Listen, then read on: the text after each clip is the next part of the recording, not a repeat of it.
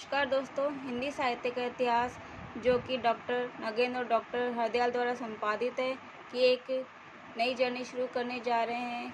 हिंदी के जितने भी अध्यापक की परीक्षाएं होती हैं या जितने भी कॉलेज में या फिर पीजीटी टीजीटी जितने भी यूपी टीजीटी पीजीटी जितने भी शिक्षकगण जो कि हिंदी साहित्य की तैयारी या हिंदी शिक्षक की तैयारी कर रहे हैं, उसके लिए ये पुस्तक बहुत ही महत्वपूर्ण है।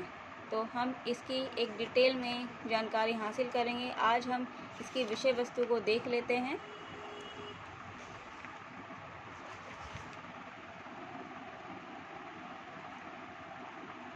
इसकी भूमिका में हिंदी साहित्य का इतिहास, पुनर्लेखन की समस्याएं हैं, हिंदी भाषा उद्भव एवं विकास और स्वरूप है।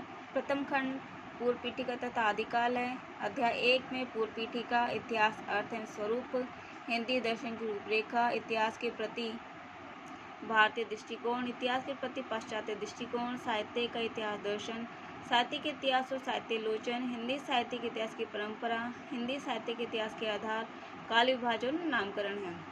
अध्याय 2 जिसमें आदिकाल के बारे में पूरा दिया गया है, इसमें सिद्ध साहित्य, जैन साहित्य, इसका परिवेश, सीमांकन, परिवेश, ये सब देखा जाएगा और पढ़ा जाएगा। इसमें नाथ साहित्य, रासु साहित्य, लौकिक साहित्य, गद्य साहित्य, इसकी उपलब्धियाँ क्या हैं आदिकाल की, ये देखेंगे। द्वितीय खंड में हम भक्ति काल जो अध्याय 3 है वो देखेंगे। इसके सीमांकन, परिवेश, आंदोलन, ललित कलाएँ, उपलब्ध सामग्री, वर्गीकरण, साहित्य का साहित्यिक प्रश्न, भक्ति काव्य व लौकिक काव्य देखेंगे। अध्याय 4 में निर्गुण भक्ति काव्य देखेंगे। इसमें निर्गुण भक्ति का स्वरूप, संत काव्य, निर्गुण भक्ति काव्य धारा, जिसके महत्वपूर्ण जो भी हैं कवि हैं वो संत काव्य, प्रेमाख्यान, हिंदी प्रेमाख्यान काव्य की प्रवृत्ति, विश्लेषण, सबकी जानकारी हासिल करेंगे।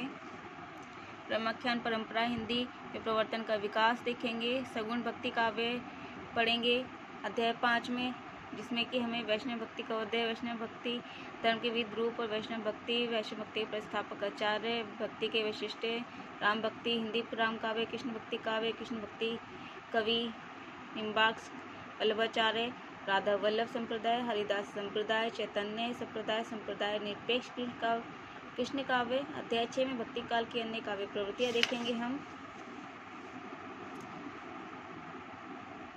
तृतीय खंड में हम उत्तर मध्यकाल और तथा रीतिकाल देखेंगे। उत्तर मध्यकाल और रीतिकाल के नामांकन, सीमांकन, परिस्थितियाँ और सारी जानकारी ग्रहण करेंगे। सारा हमें आप एक बार देख लीजिए इन सभी को। रीतिकाल की अन्य काव्य प्रवृत्तियाँ, अध्याय 11 में रीतिकाल का गद्य साहित्य, अध्याय 12 रीतिकाल की उपलब्धियाँ। चतुर्खंड में आधुनिक काल के बारे में पढ़ेंगे हम। आधुनिक काल की पूर्व पीठिका है, इसका पूरा अध्ययन करेंगे। भारतेंदु युग, पुनर्जागरण काल, अध्याय 15 में द्विवेदी युग, जागरण सुधार काल, अध्याय 16 में छायावादी युग, अध्याय 17 में छायावादोत्तर काल। इसमें कुल 17 अध्याय हैं और आज हम इन सभी विषयों को खाली हमने सिर्फ इनको देखा है। आप चाहे तो इनको नोट डाउन भी कर सकते हैं या फिर इस पुस्तक को खरीद भी सकते हैं। अब अगली क्लास में हम इस विषय को एक एक करके पढ़ना शुरू करेंगे। धन्यवाद।